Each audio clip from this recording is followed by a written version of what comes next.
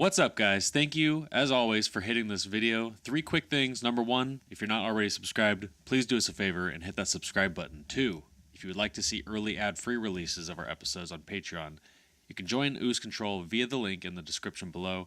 And number 3, if you'd like to check out previous episodes of the podcast, that playlist is also listed down below. Now relax, enjoy.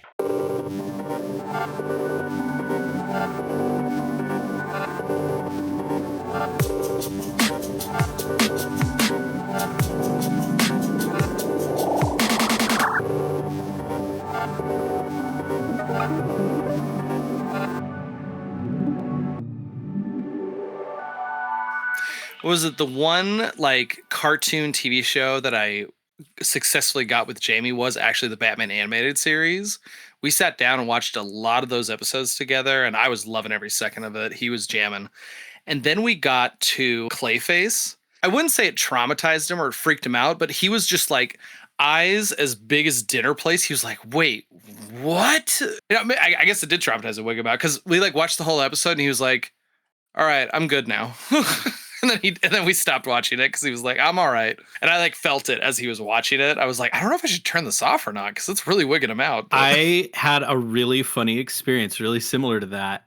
This week, so we've got this rule in the house. My kids can't do screens at all unless it's for schoolwork, except for Saturday. Not even the weekend, just Saturday. Yeah. Mm-hmm. And even on Saturday, I try to like pack the day and like make them go outside and like, we're going to go on the trip. We're going to go to this exciting thing that you like. But they're like, how do I fit Minecraft in and stuff like that. But story of my life. I was like, hey, I've got this itch to watch The Dark Crystal. And so we'll make a special movie night of it. And my 2 boys want to watch TV so bad. And they were like, okay, let's watch this. And it started and we made it maybe 20 minutes in. And both of them were like berating me and calling me names for making them watch this movie because it just disturbed them so much. You're using up our precious screen time on this? Yeah. Like they're like full on dad is a horrible human. Like to quote Hawkins, and Hawkins is very funny to quote in general because he's just Hawkins. But he was like, is this even made for humans to watch? And I was like, I mean, yes. I cannot That's argue awesome. that this is a really weird show, but this is more funny to watch you be uncomfortable to like madness than like, I just want to keep going because it's so disturbing to you. It's so awesome. Dark Crystal is like its own niche of like weird. I totally remember being around the same age as your boys are, Scott, and like not quite being able to determine if whatever the Gelflings or whatever they're called, I couldn't differentiate if they were real or Muppets sometimes. I couldn't quite grasp what I was looking at. So Yeah. I can only I'm imagining that's why it was so like off-putting to them. Gosh. It's strange. It's a very strange movie. Yeah. I was like, Hawkins, I love this movie and I love it because it's weird. Like what's off-putting to you is why I'm attracted to it. And I'm not going to make excuses like, oh, it's like high quality because it's weird. Come like on. it's, you know, like It's a Henson he's not production. wrong, but like also just, bro, like pull your head out of your butt. Like watch the movie and get over it. Like we'll work through your trauma over the next couple of years. Like, It'll be it's fine. Don't worry about it. Let's put on Scarface or something next. Let's do it. Yeah. Like I got through this trauma, you'll be fine too. All right, it's just a movie. I grew up watching Halloween. Like, what's your problem? Yeah, exactly. Ren's kids watch It. and they're fine. Never mind. I'm just gonna stop this. Come on, Hawkins. Cash knows what Pennywise is. Come on, grow up. I want you to hug me and look at me and go, oh, what's the line? Something about Georgie boy. Smile at me. Something like that. Hiya, Georgie. There you Smile go. That's Georgie. So guys, I have a little trivia game for you if you guys want to play before we jump into the movie. Let's do it. All right, Scott, cue the theme music. Go. It's time for trivia about what I don't know. Either do you, but it's cool. Okay, guys. So this is just fun little trivia. I just kind of went through. I was looking at all the movies we've covered so far for what I'm calling season 1 of our show. Movies that we've watched, including Point Break from now all the way back to the beginning. And I don't know. I just thought it'd be kind of a fun thing. By the way, we have less than 10 movies to get to the end of season 1. I am flabbergasted, Dude, that we've Isn't that managed. so weird. mind-blowing? Like, good job, guys. Good job. Yeah. Thanks for letting me BS with you for nigh on a year. Pretty much. Pats on the back all around. Pleasure's all All mine. right, guys. So the movies we watched so far. What 5 movies are the newest movies in terms of release date that we've watched? Is it rapid fire or do we just butt in or I'll what? give you. You can get 3 wrong guesses, and then I'll tell you. Top 5 movies. What are the newest ones that we've watched? 1917. Yeah. Or just 1917. 1917. That is correct. Okay. That one came out in 2019. Okay. The Devil All the Time. Oh, Yep. yeah. Came that's a out in good one. 2020. Dang. Does Spartacus count? That's old, man. M. Scarlet That's on the old Pimpernel. list. Oh, that's the next question. Okay. That might have been one of the questions. Quantum Cowboys. Quantum Oh, Cowboys. that's 2017. Yeah. That's 2022. Is it? Actually, Holy yes, cow. it's I thought it was 2022. That was the one I was like, "There's no way they're gonna get that one," but you got it. Okay, you got 2 left. If you want a hint, I can give some hints. I'll take a hint. Okay, one of Is them. that your final answer? One of them we watched Dunkirk. relatively recently. Yep, Yeah. Dunkirk. That's the other one, and one of them is one of our old ones that we watched. The Northman. The Northman, dude, 5 out of 5. Ren, Props to nailed you it. guys, killing it. Man, All right. your muscles are hot. Pretty much. Okay, Useless next information. question. So, out of all the eras of movies, in terms of the years we've watched them, the 2020s, the 2010s, the 2000s, which era do you think we watched the most movies from? There's 2 in particular that have a very high number. 90s And the Okay, 60s. the 90s. and the 2000s. So the 90s is correct. The other 2 are not correct. I'll give you one more guess. I'm going to say 80s. Do you agree? Yeah. Yep, it's the 80s. So we've watched 13 movies that came out in the 80s. We've watched 12 that came out in the 90s.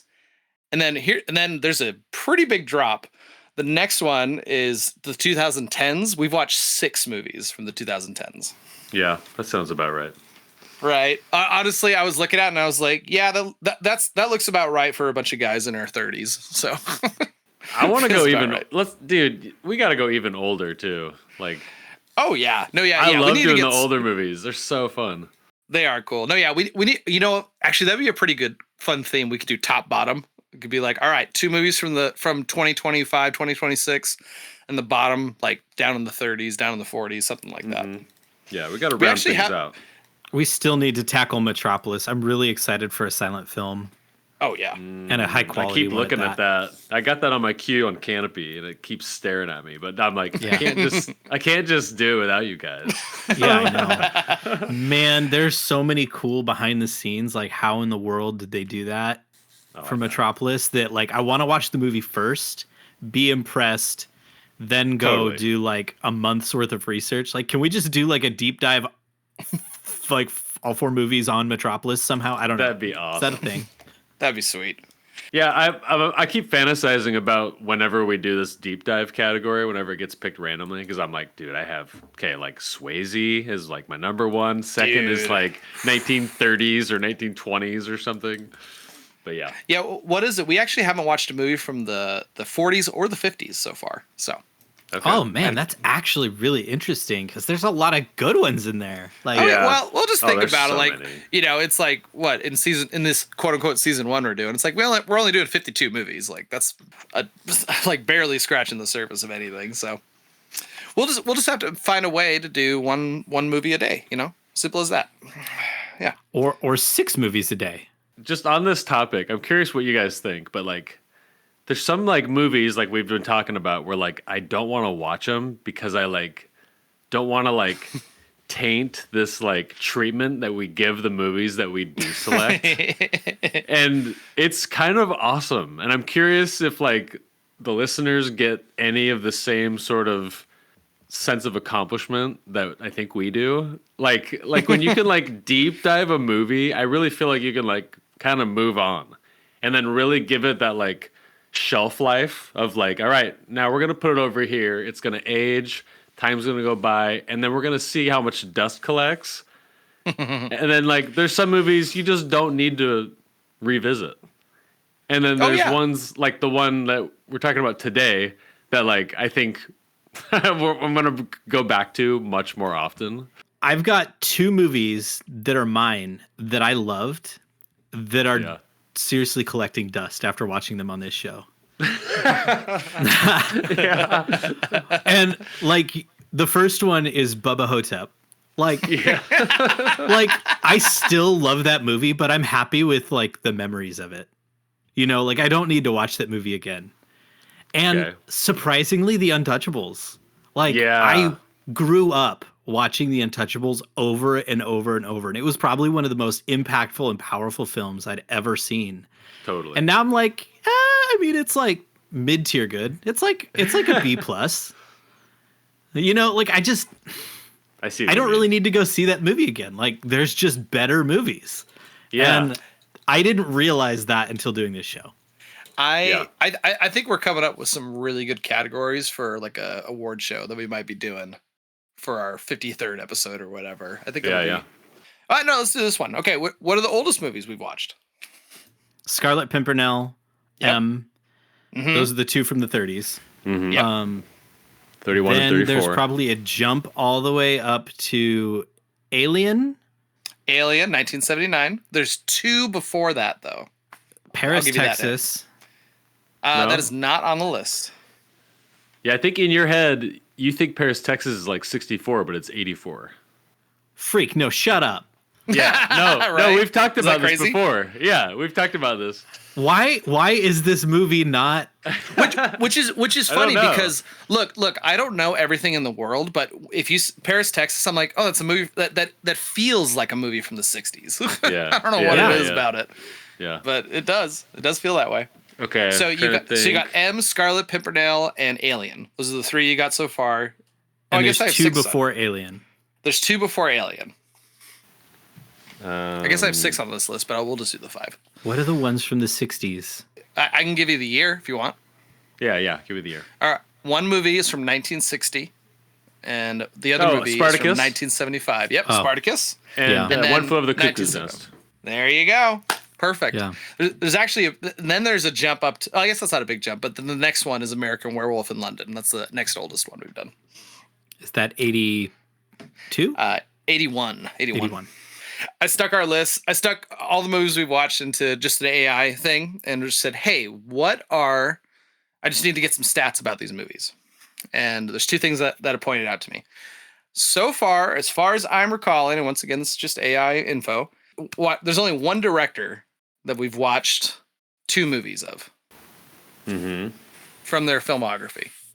Okay, is this Don Bluth? It should be. Hold on. Let me check. Did he actually direct those movies that we watched, though? Or was he just a strong influence? Yeah, good question. Probably he did direct the ones, but if we take out Don Bluth, where are we at? It's not Nolan. It's not. So I'm just going to put it out there. Don Bluth is one of them. We watched 3 movies from him. We watched Secrets of Nim, we watched American Tail, and we watched All Dogs Go to Heaven. Yeah. And I can't remember what the 4th one is off the top of my head. Titan AE. Yep. Kubrick. Have we watched 2 Kubricks? No. We've only watched 1, Spartacus. And that's not even a Kubrick. I mean, it is, but it isn't. Yeah. I don't know. I give up. It is gonna be. Did he? He had to have directed. I have Ridley Scott down. Oh, okay. Yeah, Prometheus and Alien. Yeah. Oh, Prometheus doesn't count. I was just checking. I was like, wait a minute, he directed that one, right? Yeah. Okay, now I just got to triple check because now I'm all nervous. Next question. This one I feel like I'm a little more confident in. There's 4 actors that we've seen multiple times throughout the films we've watched. Like more than once or twice we've seen these actors. Bruce across Willis. all the movies we've watched. Bruce Willis is one of them. Harry Dean Stanton. Harry Dean Stanton. How many movies? Okay, now how many movies have we seen with Harry Dean Stanton in? Because I know the number. I can think of 3. That's I'm thinking 3 too. Alien? Red Dawn. Okay, yeah. Red Dawn, Alien, and Paris, Texas. Yep. Okay, there's 2 more that I have on my list. Patrick Swayze. Yes. That's a new one. We're going to talk about that one today, so we'll get our number 2 in there. All right, there's one more. Red Dawn and Point Break. We actually specifically remembered to talk about this guy in all the movies we watched that he was in.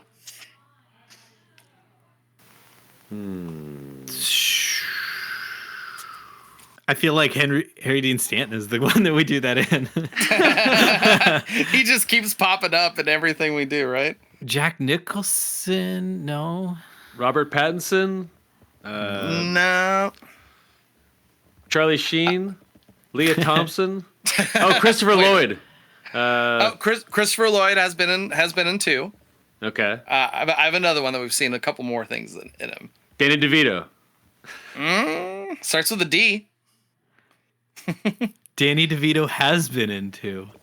Dang, he was your girlfriend, and then he was like this sweet little man that kept being paranoid that he was going to sink in the ocean. Right?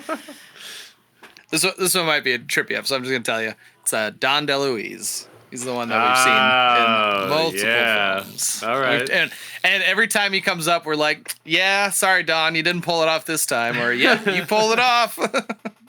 Wait, I don't actually know who that is. He's the voice actor who does like Itchy. Yeah. Oh, freak. Isn't that awesome? The annoying raven or crow or whatever. Oh, gosh. Yeah, that was the one that was like, sorry, Don, you didn't do it. Yeah. But I think the most important one is Patrick Swayze, because that's what we're going to be talking about today. Cue it, Ren. Cue it. All right, let's do this. Okay, you guys ready for the intro? Dude, synopsis of this banger. Rookie FBI agent Johnny Utah becomes intrigued by his older, experienced police partner's theory and goes undercover to infiltrate a tight-knit community of LA, California surfers suspected of being the ex-presidents, a notorious gang of bank robbers with a code. The film explores the seductive pull of an adrenaline-fueled counterculture as Johnny Utah becomes increasingly entangled with the gang's charismatic leader, Bodhi, whose philosophical outlook on life begins to blur the lines of the agent's professional duty.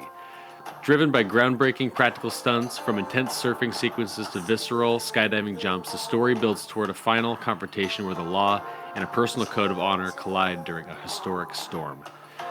A definitive piece of 90s cinema, blending kinetic energy with a deep, character-driven exploration of obsession, greed, hate, surfing, spirituality, and freedom. This is Kathryn Bigelow's 1991 film, Point Break. Man, okay, who put this on their list so I can This just was thank mine, you so dude. much? This was mine. Ren, I'm gonna start us off right now. I want to thank you from the bottom of my feet at gracing us with this incredible film. Like, dude. Honestly, it's the perfect palate cleanser after Magnolia. I'm not gonna lie. It's like exactly what I needed. I watched this and I was like, I feel like a new human being now. Totally. So, Ren, this was on your list for the 90s cool kid list. Yeah. And I was like, all right. I mean, there's no kids in this movie, but whatever. I don't actually care. It was just like, and then I watched it. I was like, I think this takes the cake as the coolest 90s movie in existence. Yeah, I agree. I feel like it's definitely up there. I feel the same way. I knew when the movie was over, I was like, it's actually pretty good. And then like the next day, I like found myself like thinking about a few different scenes, and I was like, I can tell that this is like why like I love doing the show, is when you find movies like this that give you that feeling. But like I know that this is like a staple in like a favorite film category in my mind already. Like this movie is kind of magical. And Yeah. I'm just really excited. Oh, Actually, I want to thank you first, Scott, because you introduced us to Red Dawn. So you've opened this Swayze door, and I'm like really, really stoked that we're here and however we got here. It's been great.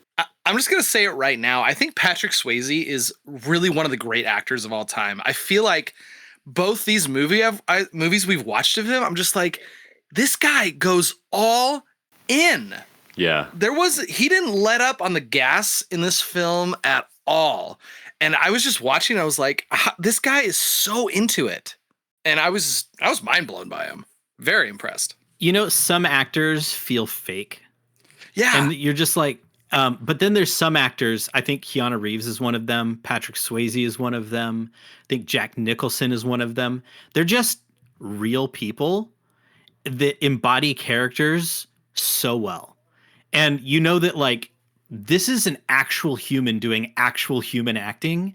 And it's just so honest feeling. Like they don't need this like Instagram filter on them to make them who they are. Like they're perfect. I feel like on the other side, like, and I like Tom Holland, but Tom Holland is one of those like, are you a real person? Like you're cute, you know, but like, I feel like you're just kind of the anti Patrick Swayze. I don't know. It's weird.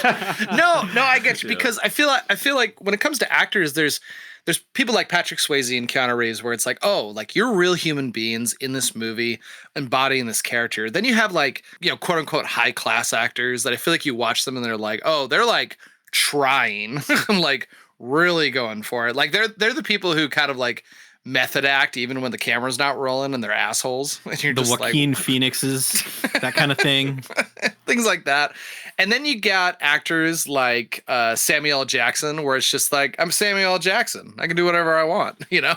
But he's still like really good. And then you have everyone else. But I feel like Patrick Swayze is he's just in this special category that just hits the right nerve every time I see him. Is it an appropriate category to describe them as like honest actors? Like, yeah, that feels like the right word to me, but I feel like fits. there's so much connotation with that I don't want to like. Right? get canceled for that. I can feel. Yeah, I understand what you're saying, and I think that is the right word. It's just like it's like actors who do it and they do it right.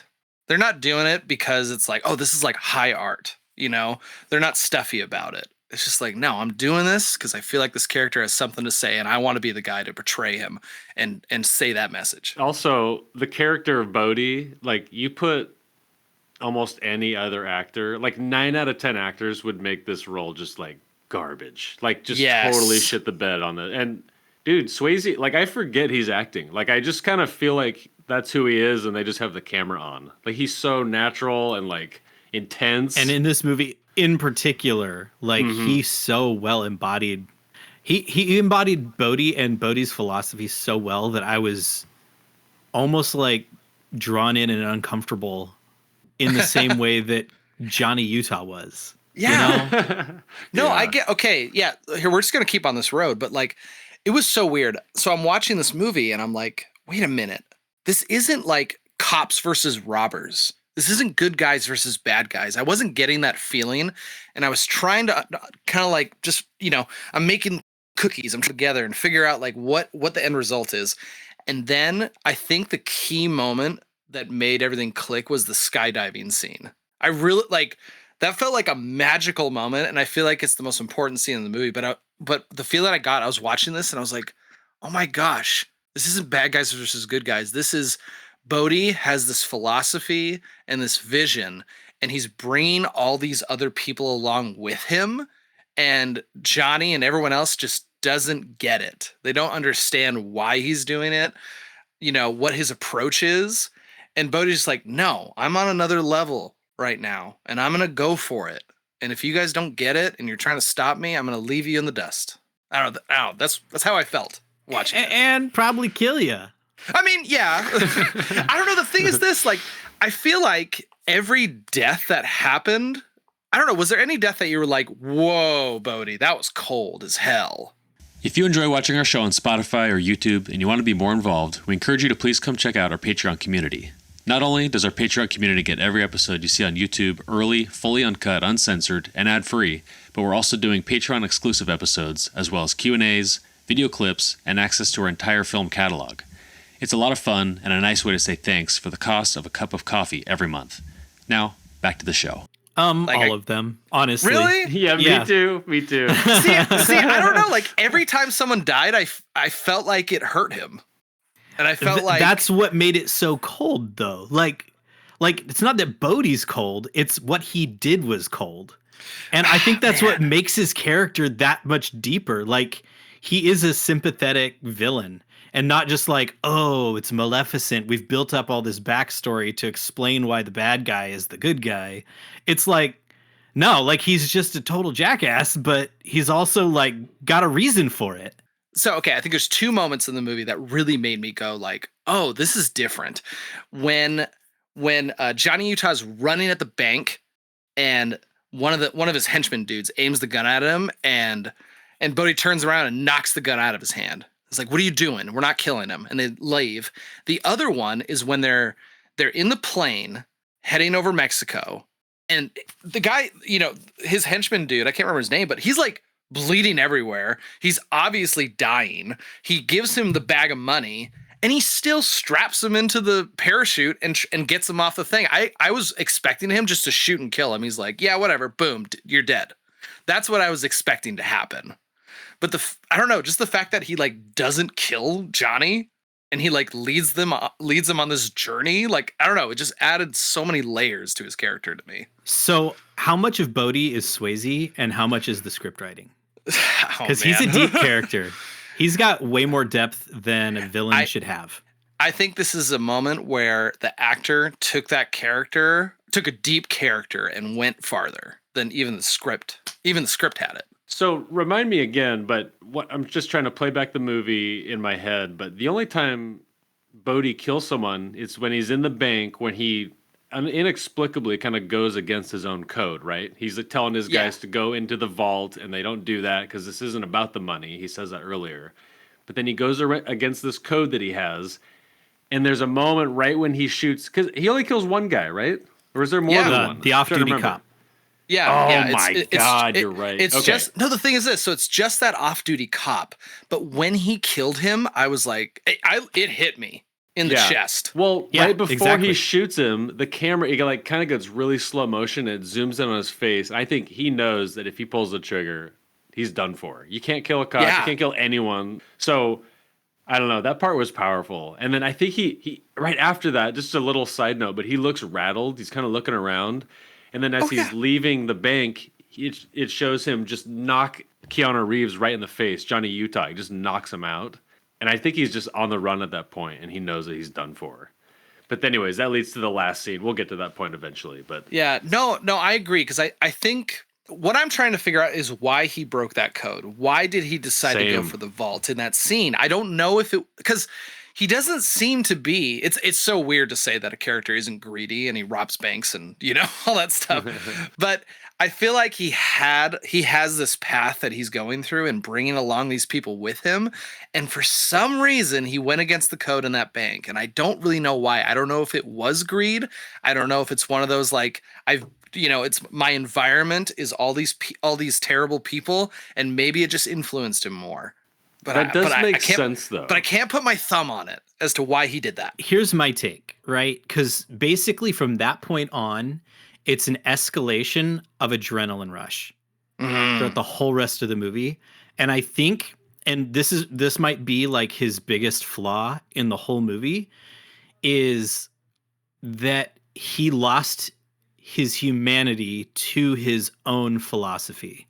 Which also undermines the spiritual nature of his own philosophy. It's the first time that you go, I no longer understand you. Like everything before that, it was like everything he did was like calculated and on purpose. And it was, he's got his code, he's got his goals, he's got this spiritual nature he's trying to like ride through and stuff like that. And it's all, how close can you get to God from skydiving, et cetera, et cetera, et cetera, like all these things. But that first time when he shot the cop, or before that, when he was like, I'm with Johnny Utah right now, I'm on the run, and it's just like one more high. It's like, how can I make this high a little higher? And then he was Prometheus. He flew too close to the sun and his wings melted. Ooh, damn, dude. Yeah. Ooh, you hit it. That makes sense because his reasoning behind it, you know, he's like, hey, it's not about the money. It's about us going against the system that kills the human spirit. That's what we stand for. So, like, his intentions are, like, true in the beginning, but yeah, he kind of gets, his wings got singed a little bit. That's really cool. That's good writing. I love this movie so much. Yeah. Oh my gosh, this is so good. Okay, I gotta ask you guys, because like you said, one of your favorite scenes that kind of changed the game for you when you were watching it. But for me, that night surfing scene, I got like legitimately like spiritualized when I watched that. Like, I loved almost every surfing scene in this whole movie. It was so fun to watch. So I got to ask you this, Ren. This is just my perspective. I feel like you have a slightly unique perspective on this film because I know that you had, I don't think gang is the right word, but you had a group of skaters growing up. And I feel like you guys were out there all the time. And that was like your life for a long time. And I feel like this movie just gave me that small little taste of what it was like to like, no, every second we can, we're out there surfing. We're out there together. This is a brotherhood. I don't know if that's how it felt for you skating back in the day, but that's how I perceived it. No, when I saw you go out all the time. You're right on. Except the only difference is that there's no beach. But yeah, like I am not a surfer, but it's not, you know, it's not in my universe of like chi, but I am a skateboarder and I feel like I can relate a little bit. But honestly, surfing it's just a completely different animal. Like I've never surfed. I'm way too big of a wuss to go into the ocean because I am terrified of sharks. I just like can't. I literally can't even like go into a swimming pool without thinking about sharks. It's sad. But yeah, dude, like when they're on the beach, they're playing football, just doing that. Like I'm like, this is like I just want like another 30 minutes of this. Like this is awesome. But yeah, no, just that feeling of like, oh, these are like, I mean, you know, let's push aside the whole bank robberies and all that stuff. But just like I said, just that surfing scene, you're like, these are just a group of guys who like, they all have the same purpose. You know what I mean? And they're living this moment together. I don't know. It was cool. It was really cool. I want to talk about Keanu Reeves, and I'm going to start this with something that's going to sound terrible. Dude, I got a question. I have a question for you guys too after this. I love everything about Keanu Reeves. And one of my favorite things about him is that he cannot act at all. Dude, okay. And we gotta talk. Oh my gosh. I was thinking about this, like, why? I'm excited to talk about why do I literally love everything that Keanu Reeves is in? Despite the fact that he's like, bro, I'm gonna do that. Blah, blah, blah. Are you mad? You know, I'm like, are you mad? It's like, I am an FBI agent. And I think it was Neil Gaiman said something where it was like, you know, you have to either be like really good at what you do, really pleasant to work with, or on time. And you can like do two of those and leave one behind and it's fine. Yeah. Yep. Keanu Reeves is amazing at everything except talking. And he's like, everything I know about this man is that he's just like a genuinely lovely human being and just loves what he does and brings people along with him, you know, and like he just makes everyone else feel great on set and stuff like that. And he puts his entire heart and soul into the martial arts and like the philosophy and all that stuff of each movie he's in. And it just makes it okay that he's just not a great actor. And I just want him to be in more movies. Like, gosh, he's an honest actor. Yeah, okay, definitely. So I'm watching this movie. Every line delivery, I'm like, this feels so awkward. Like, why is he talking like this? And then I'm watching, I'm like, why is it working? Like, it literally didn't bother me throughout the whole film, the way he delivers line. Because that's the biggest thing I hear about this is his line delivery is so wooden.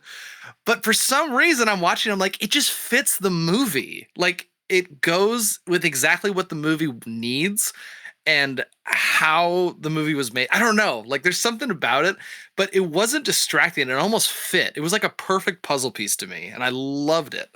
Like it felt like a choice. Like his line delivery felt more like a choice rather than a skill issue. Yeah, his career's extremely interesting. I've thought about this before because before this movie came out, like he was basically Bill and Ted's Excellent Adventure. Like that's like what he was known for.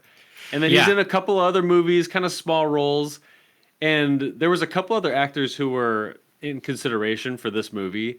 And Kathryn Bigelow apparently was just like, no, Keanu Reeves is a star. I'm going to make him a star. And she was convicted and like fought for him to be in this movie. And then you see the movie and he's perfect for it just because of everything you guys have said. But like, he's got that surfer, like, bro, like he's like always just kind of talking like that all the time. He's got the Bill and Ted that he brings into the Johnny Mnemonic like uptightness. Yes, exactly. But think about this. So after I've thought this was amazing, but eventually after this, I think a couple years after, he's in Much Ado About Nothing, which I believe is, by the way, needs to be on our list.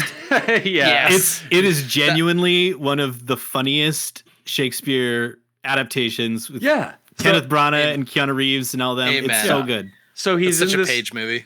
yeah, exactly. But he's in this Shakespeare movie, and then he's in Speed, then Johnny Mnemonic, like you just said, and then just kind of flounders, and then he's in the freaking Devil's Advocate, The Matrix, and then The Replacements, and his career just like, I kind of love this movie even more, Point Break, because of just like where it sets Keanu Reeves off.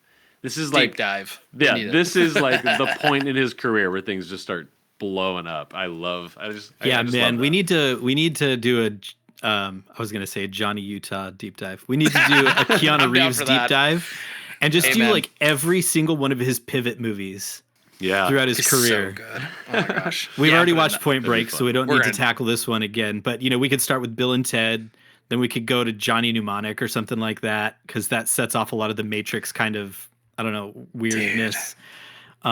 Matrix, obviously, we could get in John Wick, be so rad. There's so many good ones. So speaking of the way Keanu Reeves delivers these lines, did you guys hear about the kind of the cult like theater play of this show? No. Okay, so this movie, I don't know how it did in the box office and how popular it was when it landed, but apparently there's this cult following of like theater geeks, and they put on Point Break like plays. And kind of the unique cool thing about it is what they do is they start the show, and then they get a member of the audience to play Johnny Utah. Okay. And what they do is they just like, hey, volunteers who wants to play, they bring them all up. They do like a 5-second audition, like say your name. And then that audience member has to do the whole movie as Johnny Utah, and he reads all of the lines off of cue cards. That's hilarious. Because the delivery would be exactly the same. It would be. And I'm telling you, I watched like just, 5 or 6 minutes of it. And I was like, this is the greatest thing I've ever seen in my life. And I'm talking like 30 people in a room in the back of a bar.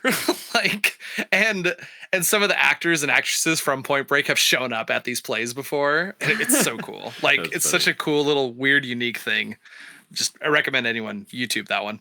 So I'm curious what you guys think about this, but like we've talked about Keanu's delivery, but like there are often times where, okay, I'll just say it. There's a lot of homoerotic eroticism in this movie. Just like unintentionally. Okay, look, guys. Okay, look, I'm going to talk about this right now. There's Top Gun, like homoerotic, like, manly volleyball. And then 50 steps above this is Point Break. I'm telling you, I was watching this and I was like, dude, this is so intense.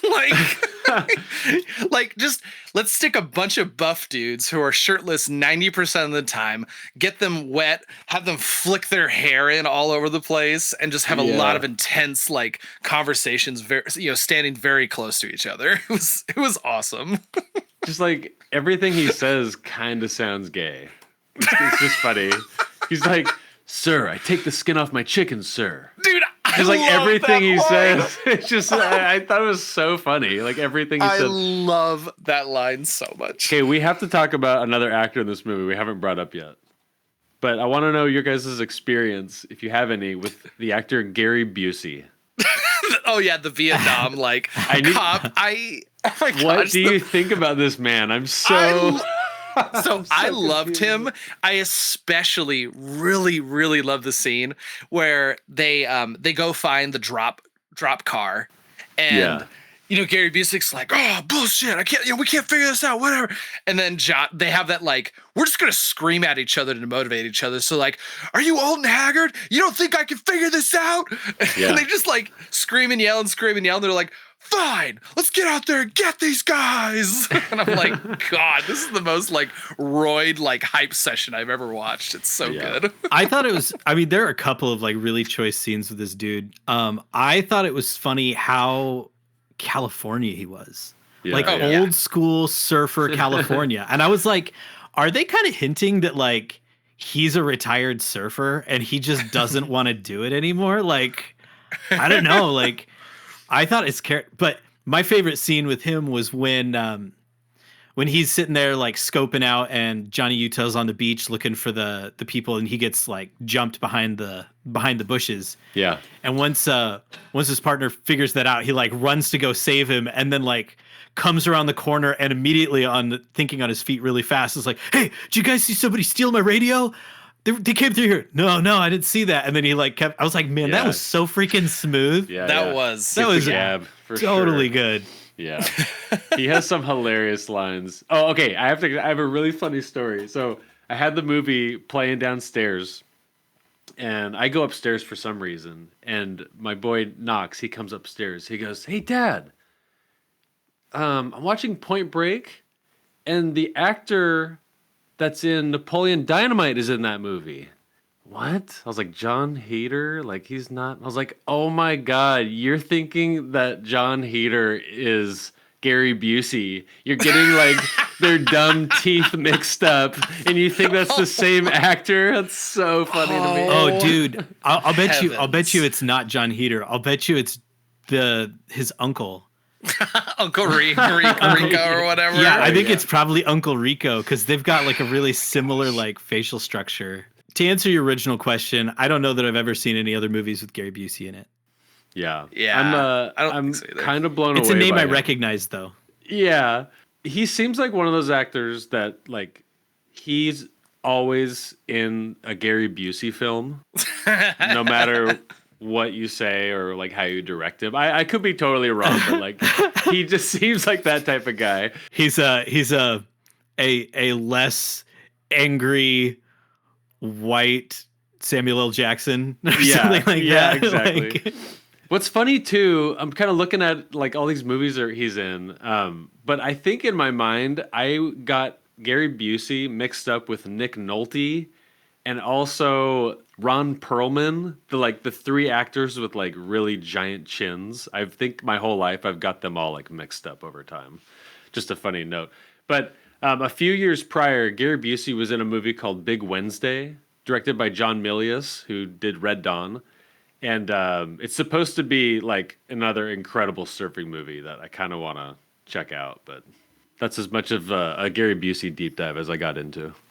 So the way that I'd probably describe this movie, so it's like if you took Mighty Morphin Power Rangers, the perfection of that movie, and you smashed it into what Fast and the Furious tried to be, this movie comes out as like the golden, like perfect, like fusion of the two. Scott, you are a freaking madman. I love it. It's so true. Okay, you brought this up and we got to talk about it. Okay, what was the best skydiving scene? Mighty Morphin Power Rangers or this one? Because I'm telling you, man, it's hard for me to pick. Big time. You know, I might even like just not answer that and up this an ante, all right? I'm going to go so far as to say that Bodhi is like the archetype that Tommy from Power Rangers is based off of. Son of a bitch, Scott. And I'm pretty sure they're in the same universe, that the ex-presidents are like an unregulated test group that For the Power is like Rangers. what formulated the adrenaline as power source that later like formed the Zords and everything. Like, Dude. like this movie is why Power Rangers exists. Dude. Like these people were the rough around the edges, like, oh my gosh, they're the nuclear reactor. Can we refine it into the Power Rangers? Like this movie is that good. Scott, how is all that connecting in my head and making sense? That was, dude, I'm telling you, like me comparing the Penguin to Moses and you comparing this movie to Power Rangers just blew my mind. Oh my gosh. This is so awesome. I love this movie. Well done. Actually, okay, since we're talking about the skydiving scene, just so I'm watching this scene, I'm having this like spiritual moment where I feel like I'm understanding Bodhi and like this whole movie. And I remember I'm watching it and I think, man, they've been falling a really long time. And then something in my head, like, it doesn't matter. And it like kicked it out of my head. And I was like, you're right. It doesn't matter. But I'm sure if I watched it now with like a critical eye, I'd be like, yeah, they've been falling for like 5 minutes, like straight. And you're like, there's no way they're that high up. Yeah. But yeah. They took some creative liberties, but like I almost don't even want to talk about it. I just love that scene so much. So okay, good. so Ren, behind you on the TV is this scene where Bodhi and Johnny Utah like connect for the first time, and they're walking back to Johnny's car, and Bodhi like drops his philosophy on Johnny a little bit, and he's like, "Hey man, you don't get it, and like this is what it's about, you know." And I'll be honest, I did not know that Bodhi was the president. Right, I didn't know that he was Reagan there. Yep. But I was suspecting probably he was in the candidates, and then I was like, you know what? I don't think that the president's philosophy and this philosophy mix. Hey, everybody, just popping in real quick. If you could hit that like and subscribe button, that would really help us out a lot. But either way, let's get back to the show. And like, this movie should not have depth of script writing because of what it is, but it did. And like, I was like, I had to try and like connect these two expressions of Bodhi's philosophy, the like violent version and the like chill surfer dude version together as it was revealed, like who was who. Like somehow it still worked. And I was like, whoever wrote this script did a really good job. Like, I don't know. I was just pleasantly, beautifully surprised. Yeah. This movie has elements of like bad movie in it, but it doesn't turn into a bad movie. Like it has a lot of good things that just like... It like doesn't matter. That's the thing. I don't know what it is. It's like, as soon as something pops up that's like, hey, this shouldn't be that good of a scene, I'm like, I do not care. It doesn't matter. Like, I don't care that they've been falling for 40 minutes. Like, it's so awesome. Do you remember how I said that Power Rangers was a perfect movie? And how stupid that is, but how true it also is? Yeah. That's what this movie is. Yeah. It's perfect. And it should not magically work, but somehow it does. Kathryn Bigelow, like, I think the only other movie I've seen of hers is The Hurt Locker. And there was like multiple times in this movie where I was just like, dude, like, is this, I feel like I'm in a, and I found out they were together at one point, but it feels like a James Cameron, like, it's like a legitimately well directed, well crafted piece of art. Like, there are legitimate, like, chase, like, running scenes. I love the surfing scenes. Of course, we talked about the skydiving and everything, but like, even like the romantic scenes and like the light, like this movie just keeps surprising you at every turn. And it's just, dude, like we've talked about it. So like, we've all been so surprised by it. I don't know why we all were, but like, it's awesome. I'm kind of wondering if Magnolia like really set us up for this movie. I'm not gonna lie. Like, I wonder if we didn't watch Magnolia, if we watched this before Magnolia, if we would have been like, yeah, this is a great film, this is amazing. But because we watched Magnolia, we're like, this is the best thing I've ever seen. No, this movie's better than Magnolia, and it's completely different than Magnolia. Man, okay, Harrison, whatever you said, just like take it back. This film is better than Magnolia. Okay, I have so many notes that I haven't even got to. Yeah, I have two homoerotic things that I have to get off my chest that I thought were funny. Okay, believe me, I got more, but you go. Okay. You go. Okay, I'll choose one of mine, and I bet you'll pick the other one. The fact that Johnny Utah sees the surfers' ass cheeks and he instantly recognizes them and like connects the ex-presidents to them just off of his tan line. I thought that was so awesome. Especially since he needs like Legolas hawk eyes to be able to like see that far away. Yeah. No, I think he like drops conversation and like leaves the beach like right after he sees those ass cheeks. Yeah, he's like, bro, I gotta go back and do some research on those cheeks. Gotta go. The image of it's right after they go through the dump car and they're back at the office. They're both like nose to the TV looking at this ass on the screen on this black and white CRTV, and they're just like, I think I got this. And then that scene where he sees it when he's surfing, I'm just like, there's the connection. I know that asshole. It's right there. and like that is no half-assed ass. Like that is like full cheeks, gaps underneath. Like that's a real moon right there. Full. Okay, mine. I have a couple notes about this, so I'm gonna go through it. That intro scene with Keanu Reeves doing the target shooting. Mm-hmm. I was watching. I was like, God, I gotta get some really tight jeans and a black shirt and just walk out in the rain so I can feel as sexy as Keanu Reeves right now. I love that scene. I don't know what it was. The two big things I loved about it.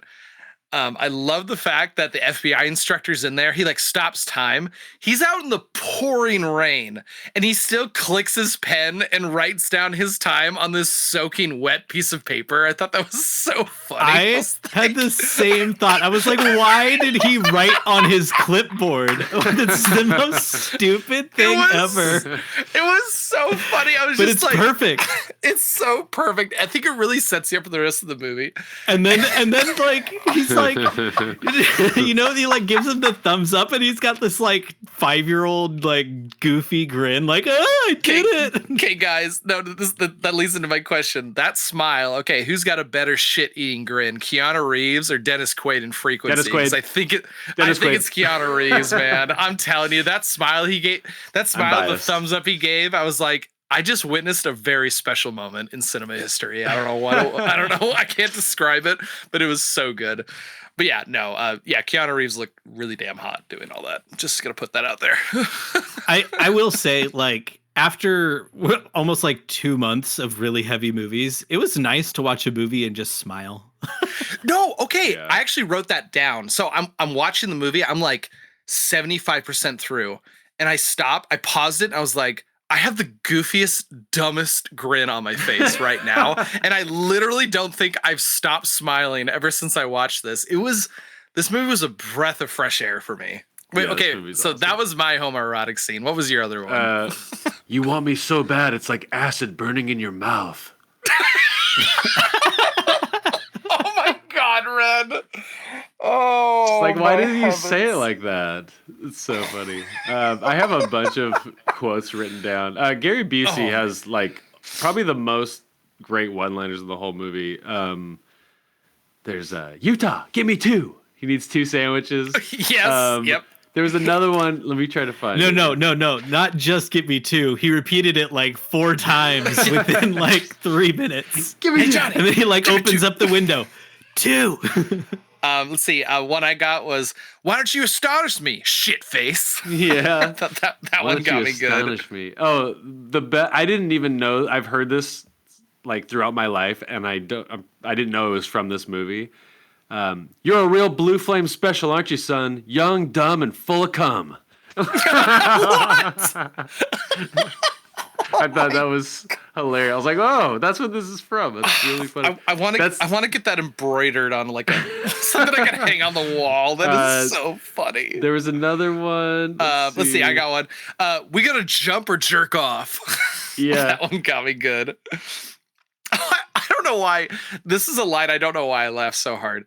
So they know that Johnny is an FBI agent, and they're talking about it over the fire. And Bodhi's like, "No, we're not gonna kill him.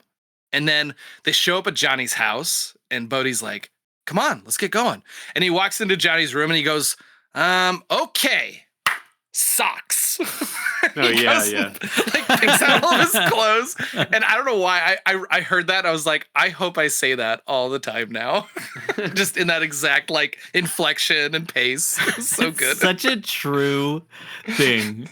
You know, it's like he's totally asleep. He's like, I don't really want to go with you. They know it, you know, all this stuff. And he's like, now I'm going to go make waffles. Yeah, right. Gary Busey goes, I was in this bureau when you were still popping zits on your funny face and jerking off to the lingerie section of the Sears catalog. It's like so long, such a long And jab. so specific. Oh, he cuts the hair off that random guy at the beach and he goes, I'm making a wig for my girlfriend and runs away. Yeah, he cuts the hair off those guys. They're like hotboxing underneath a towel or something. I was like, man, that's like a generational thing or something. I've never seen that before in my life. And I was like, it's so sick. Okay, this isn't like a plot hole, but it's so diabolical that this is one part of the movie where I was like, I don't know about that choice, but Johnny Utah lying about his parents dying so he can get this girl to teach him to surf. I was like, dude what?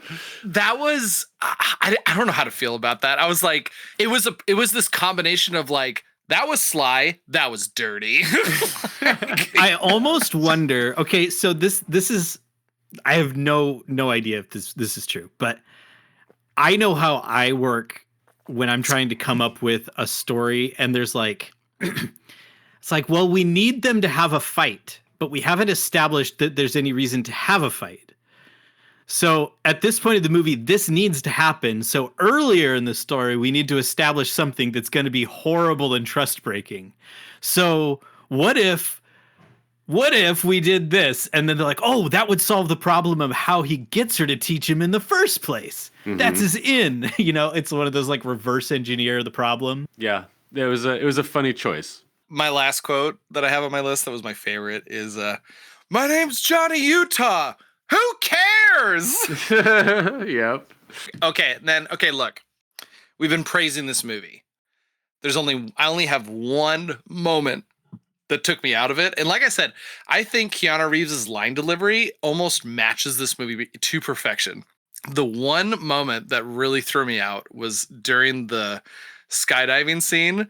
I don't know, it's almost like you can really tell that Keanu Reeves didn't actually skydive. He's just like floating in midair. Oh, and his like, whoa, like that whole section, I just busted a gut laughing. I was like, that's so bad. But I still didn't care. But that's the one moment that I was like, yeah, that one didn't match the rest of the movie.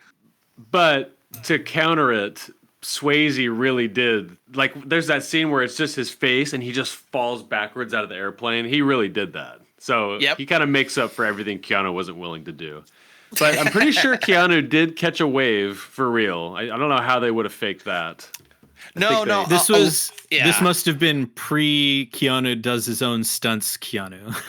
Well, this actually literally did influence Keanu to take up surfing from here on out in his lifetime. I thought that was kind of cool. Yeah. I know Patrick Swayze did a lot, pretty much all of his own surfing, from what I'm recalling. That's so sick. Just from little things I found online.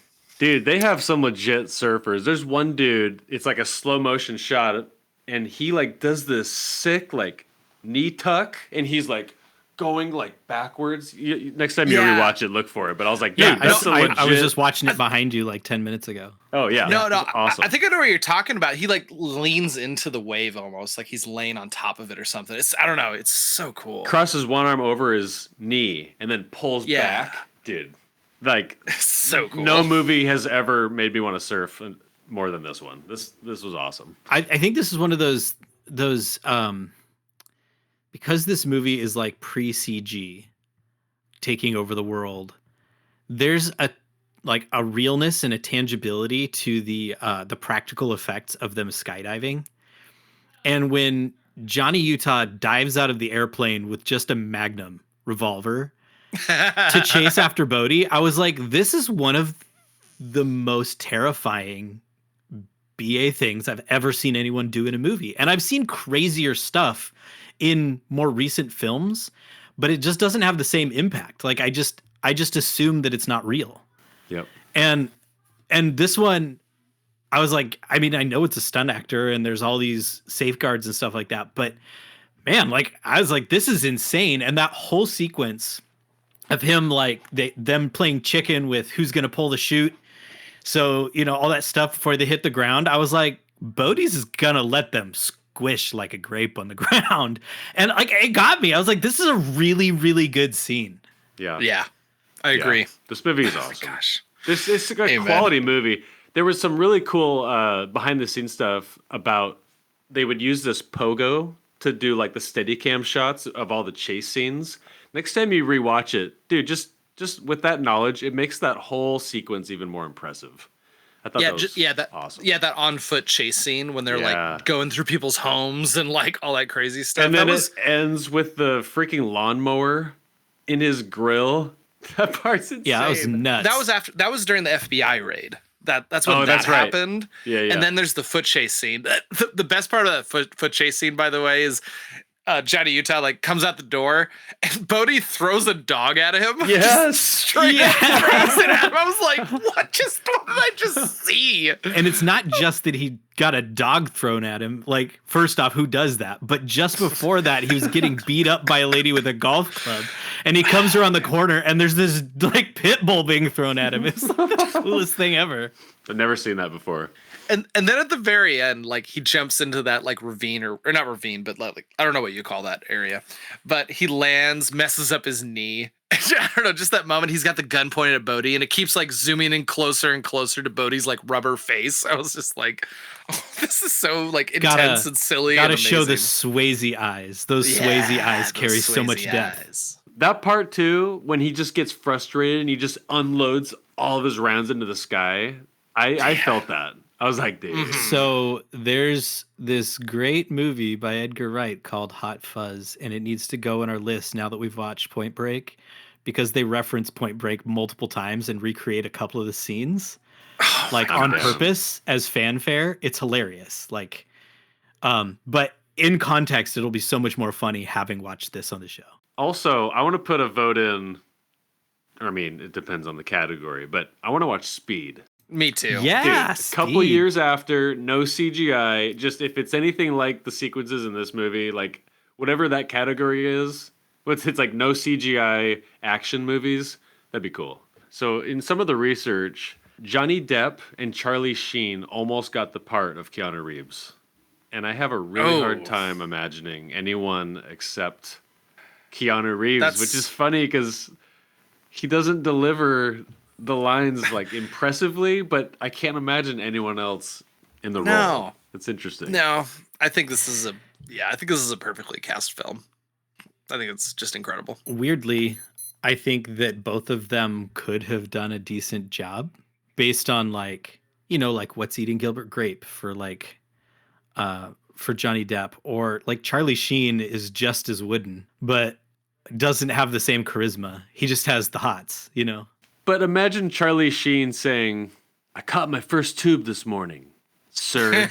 Like I can't do it. Okay, so the final scene, they're in Australia. Oh yeah. The giant 50-year wave storm has hit. Bodhi asks Johnny, "Can you let me just hit the waves once?" And there's this whole unspoken thing. My theory, I don't think it's super subtle, but it's ambiguous, is that was the ambiguous, unspoken homoerotic conversation about let me go die so I don't have to go to jail. We both know what's going to happen. I was okay, real quick. Did you guys recognize where that scene was shot? If you enjoy watching our show on Spotify or YouTube and you want to be more involved, we encourage you to please come check out our Patreon community. Not only does our Patreon community get every episode you see on YouTube early, fully uncut, uncensored, and ad-free, but we're also doing Patreon-exclusive episodes, as well as Q&As, video clips, and access to our entire film catalog. It's a lot of fun and a nice way to say thanks for the cost of a cup of coffee every month.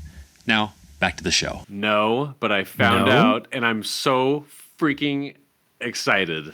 Dude, I knew it. I literally, I watched it and I was like, no, I'm watching it and, you know, they're saying it in Australia. And I was like, that is nowhere Australia. And then as soon as they stepped on the beach and I saw those piles of rocks in the background, I was like, that's the Oregon coast. Oh my God. And then I was waiting and I saw them land on the helicopter and I was like, I know that wooden like fence up there. And I was like, that's a Cola State Park. I bet you anything. And I Googled it and I was high for the rest of the day. Yeah, Indian Beach. We have a lot of memories going there when we were really young, and that's one of the only parts of the beach that like is frequently visited by surfers. So I thought that was so cool seeing that. That's so interesting. I didn't catch that.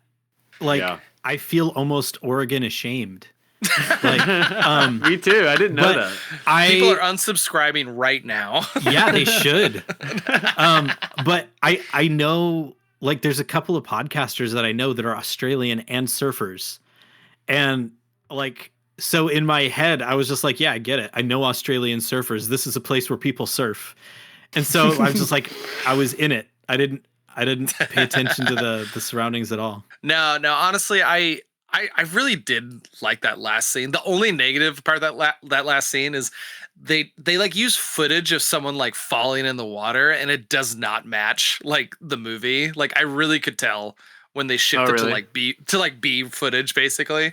I don't know. That image of Johnny Utah in that like jean jacket and jeans, him just throwing his badge away. I was just like, yes. Like Bodhi like got to the end of his journey and he brought Johnny Utah with him. And I don't know, him just throwing the badge away. And I don't know, it hit me and I liked it. You led people and they trusted you and they died.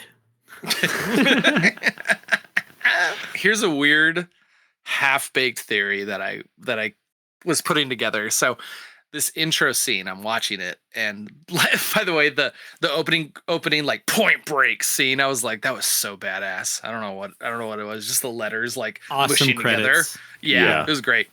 But so I'm watching this and I'm like, okay, this is our two guys. We got the FBI agent and we got the surfer, and I'm like, okay, wait, hold on.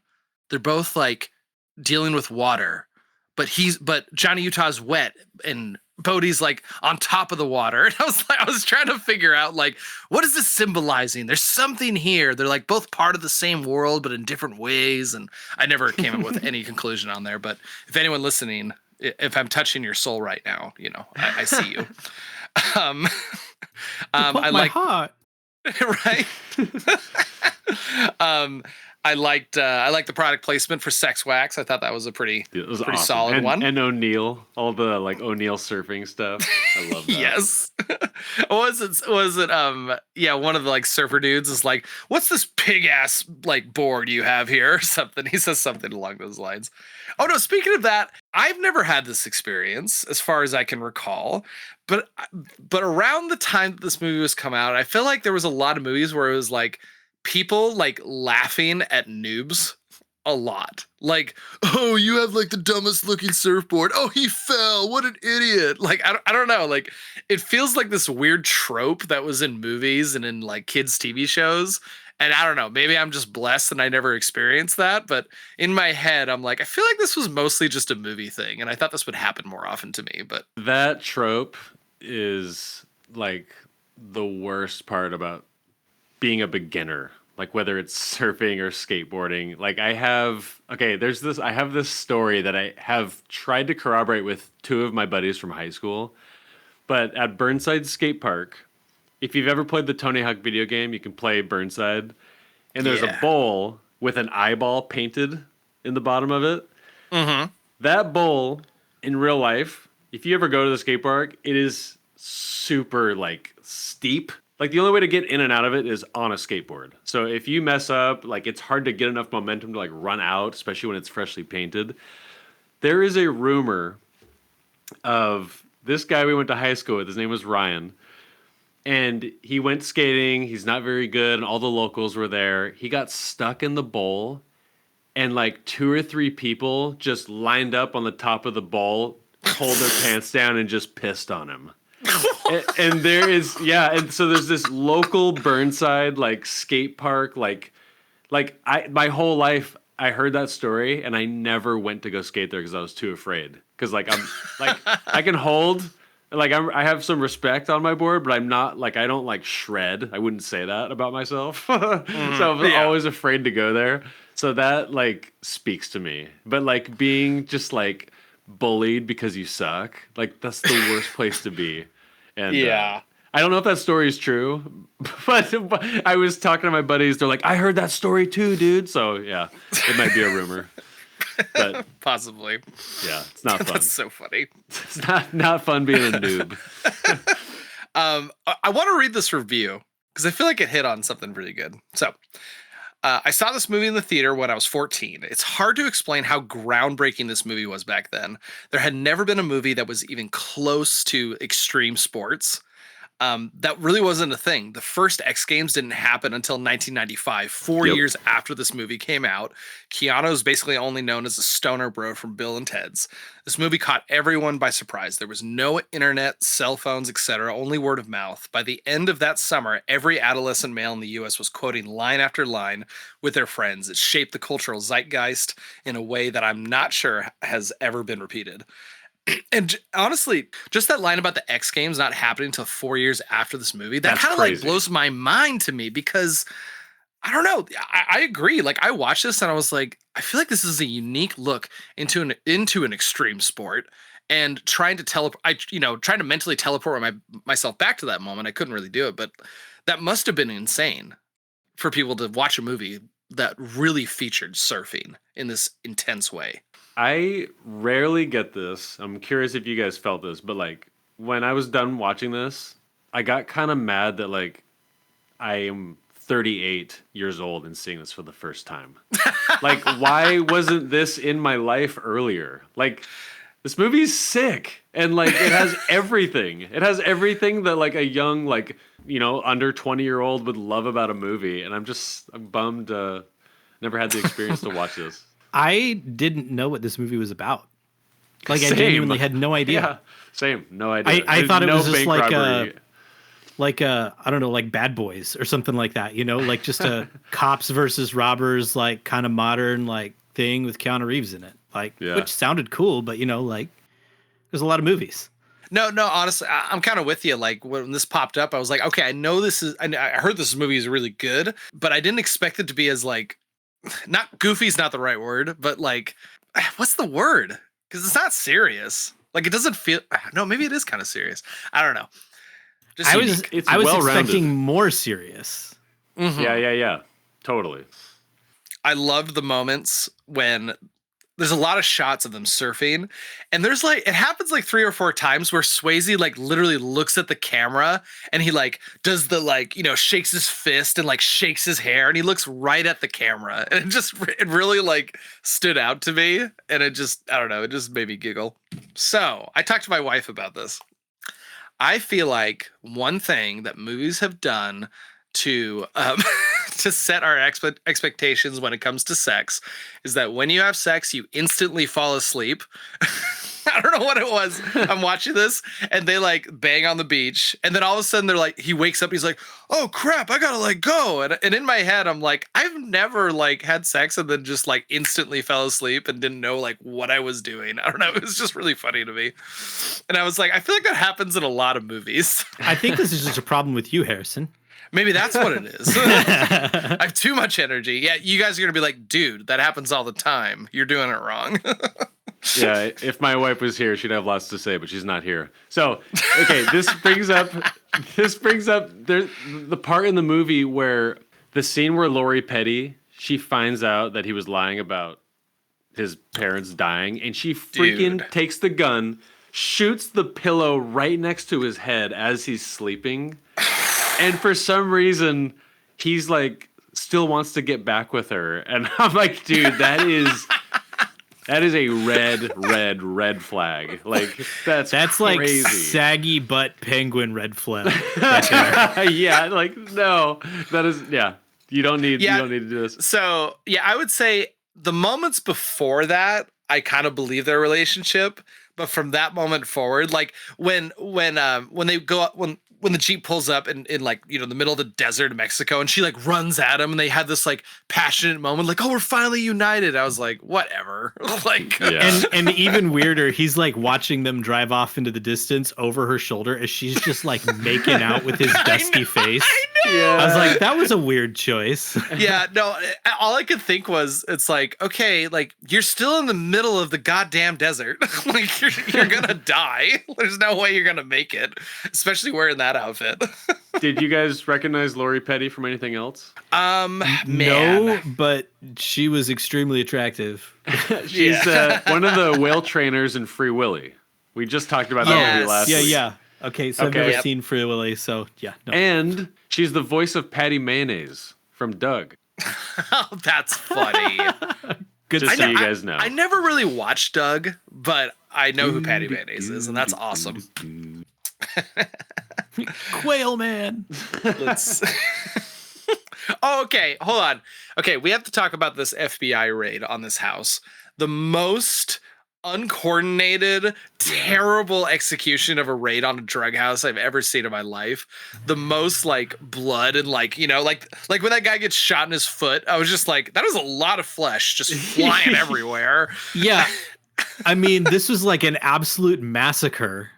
Oh yeah. And it's insane. And then the FBI director dude shows up and like, wait a minute, they didn't like clear they were going to do like a full-on massacre raid with the FBI director before they did it? Like, because that seems like it would have solved a whole lot of problems. Dude, okay, so here's a crazy thing that I found out.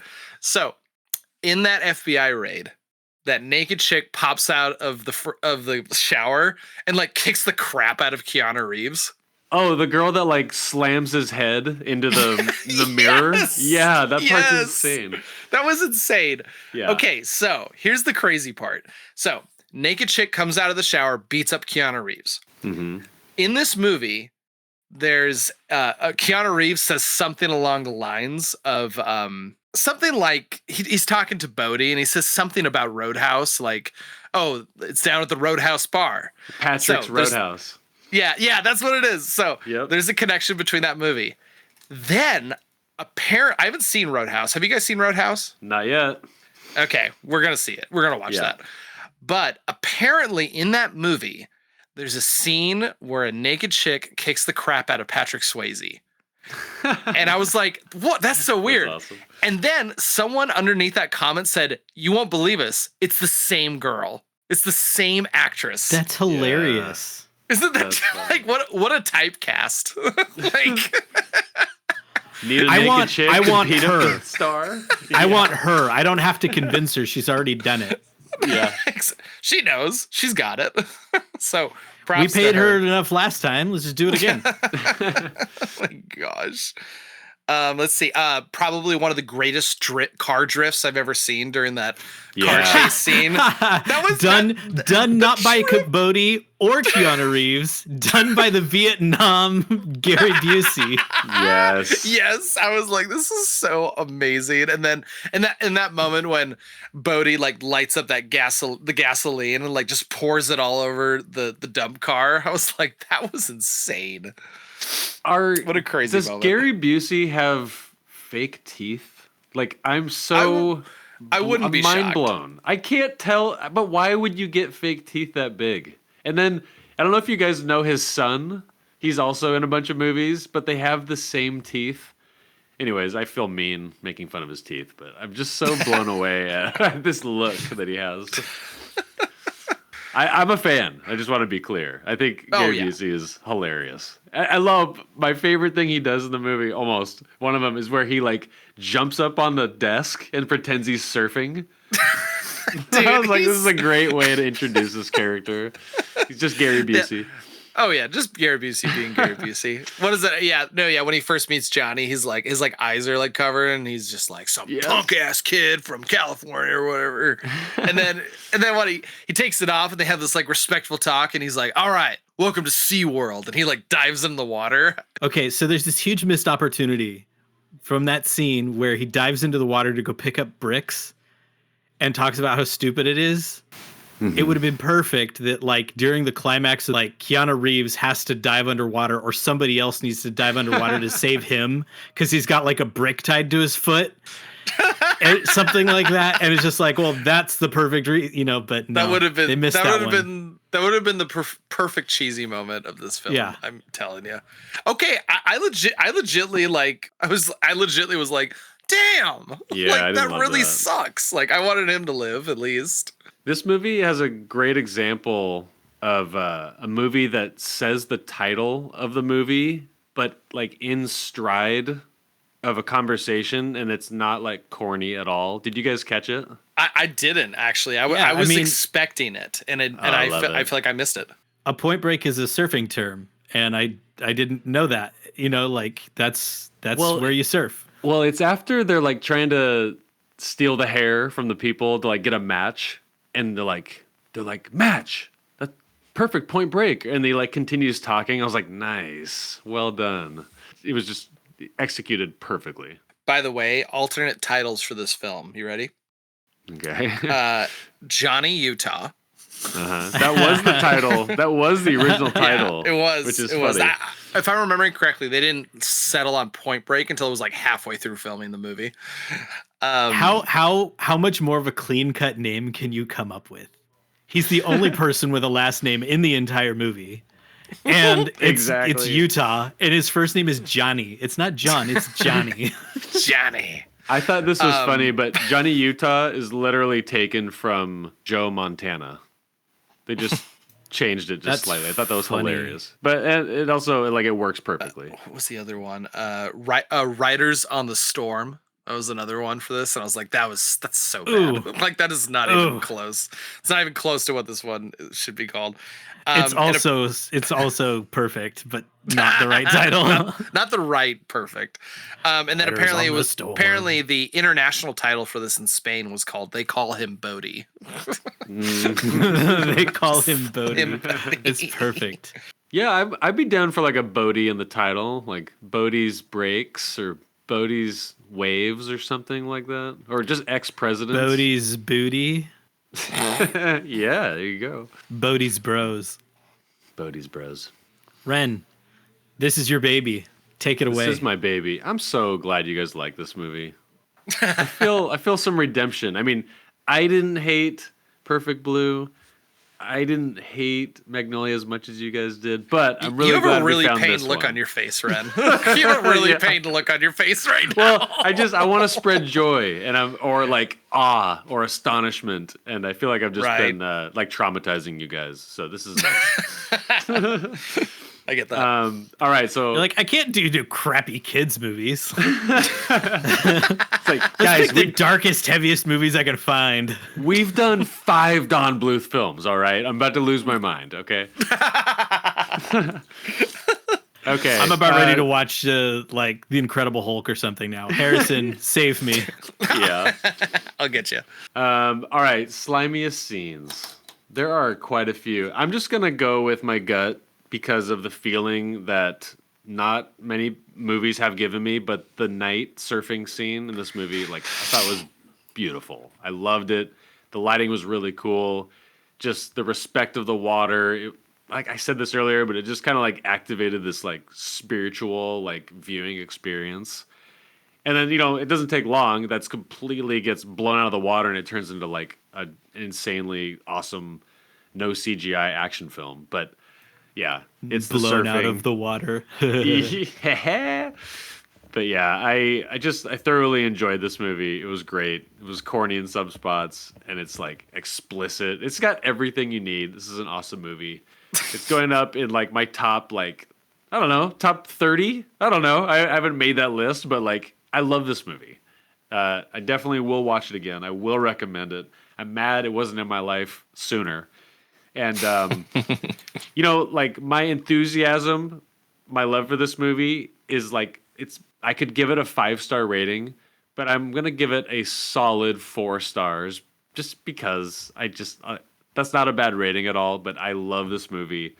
I'm glad it got picked at random, and glad you guys liked it too. Here, I'll do mine. I'm going to do 2. The first one is that stupid shit-eating grin that Keanu Reeves gives at the very beginning. I don't think I'll ever get that image out of my head. I think the other one, though, is from the moment that Bodhi shows up at Johnny Utah's apartment when he knows he's an FBI agent to the moment that he shows Tyler being taken hostage. Because it was just this range of emotion of like, when he shows up at the apartment, I'm like, okay, how are they going to F Johnny up? And what are they going to do? And Bodhi's like, all right, let's get packed up. We're moving on to the next thing. And then they go and it's like, oh, they're skydiving. And then I watched that scene and everything just started clicking in my head. And I just had this moment of like, this is what this movie's all about. And then when he lands and shows him that he's got her hostage, it was like this real switch flip. And I was just like, whoa, like this is just a different feeling. And just that range of emotion. I don't think I'll ever forget that. In terms of my rating, this is a gung-ho 5 out of 5 for me. I mean it. I actually sat down. I found a subreddit where a lot of people just post their like top 10 lists and things like that. And I sat down and was like, hey, what is my top 10 from the movies that I've watched since I've created a letterbox, which was basically when we started this podcast. And I made a list of like my top 10 and my bottom 10. And I posted that on there. And I was looking at my list and I was like, Point Break's on there right now. Like, it's on there. And yeah, I love this movie. And I forgot to mention this when we were talking about it, but we were looking back at all the movies we've watched so far, and you were talking about like sometimes we can watch a movie and kind of just let it settle and like put it aside, and it's like, okay, we've deep dived it, I'm ready to move on. I won't be shocked if Point Break is the first movie out of all the movies we've covered that I go back to rewatch again. 100%. I agree. Yeah. Hundo. I think, like you, Harrison, I think there's an obvious like the scene that really shook me, and is probably the one that's gonna keep coming back over and over, is the final skydive where he doesn't have the parachute and he's just holding the gun. That really, I was like, this is a thing I've never seen with this tangibility before. So that's probably my real slimy scene. But what I'm gonna officially lock in is that opening scene where the FBI director is just bringing him through and he's just yelling at him about being a punk Quantico little asshole and stuff like that. And then he like grabs the bagel and he's like, you have anything to say? These are really good. And he's like, yeah, something like that. And then I love these things. He's like, yeah, nothing like bringing in an asshole. And he's like, or no problems yet, or something like that. And I was like, oh no, wait, I have that line down. It's such a good scene, because I think it really establishes that he isn't like an uptight Quantico, quant guy. Like he really is like charming and funny and like sharp. He's still got to pull up his butt, but that's his growth arc through the movie, is to let go and surf and stuff like that. But it's not like he's unwilling. It's just that's not been his life trajectory yet. Mm-hmm. And so the fact that he's still got a little bit of spice and he can like people please and stuff like that, and he's got his smile and he's like, whatever, I signed up, I know this is what I signed up for when I came into the FBI, and I'm going to a new place, like whatever. Like it saved the cat hard within the first like 3 minutes with Keanu Reeves. Mm-hmm. Just to clarify on that line, the FBI director guy goes, "We got an asshole shortage around here," and Keanu goes, "Not so far," or something like that. It's just like, oh my gosh. Yeah, Ren, I was like afraid I was going to be the one that was going to give it a 4-star after raving on the movie, but like that's what I'm going to do too. Like this, like I think this movie is perfect, and I don't know that it like changed my life like other movies have. Like, Perfect Blue was horrible and it changed my life, and I think about it often. Yeah. But that got a 5-star for a reason, and this one gets a 4-star because it's one of the most entertaining and deep films balanced that I've ever seen. Yeah. Like, it's just a really solid, great 4-star, and I loved it, and I'll probably go back to it too. I probably will never, ever, ever, ever watch Perfect Blue again. Yeah. I foresee my rating like slowly inching up as time goes by, but I'm like skeptical of giving it a 5 right away, even though it's stupid to do that. I'm just like, why am I'm like being protective as if anyone like cares what I rated something. But here's what I don't want to do. I don't want to flippantly rate something a 5 and then later on, because I've done that, and then I go back, I'm like, it's not a 5. What was I thinking? Like, Yeah, I'm an idiot. I get that's only a 4.5. What a fool I was. Like, oh my gosh, I'm like a I'm 3.8, fraud. a 4.83. This is nuts. I call myself a podcaster. Yeah. Well, that was awesome. That was a Glad great you guys loved episode, it. guys. And everyone, do your homework because next week's man. film, we got a banger, folks. Scott, what's the name of the film that you picked for next week? I don't know what is next week. Oh, shoot. I was hoping You ready? You ready for it? I know what it is. It came out in 1991. Oh, yeah, Ren, it's Hook. It's Hook. Yeah. All right. Yeah, oh man. This is our first Robin Williams movie. Yeah, I was gonna say we finally man. broke into the Robin Williams. We've talked about Robin Williams multiple times. It's just an interesting movie with a really interesting background. We've already touched on the history of this movie, which will during the Don Bluth era of our movies. So like, Oh my God. it'll be interesting to resurface those in deeper context and look at it through that lens, because it's going to be, I don't know, it's a good movie, but I hope it's as good as I remember. I'm so excited to watch it again. I can just hear like every time I look at like the cover, I can hear the soundtrack. It's so awesome. Really excited. All right, guys, I'm starving. I'm going to go eat. That was an awesome episode. Have an awesome rest of the night. Yeah, with you guys. Peace, Love you. love, and surf.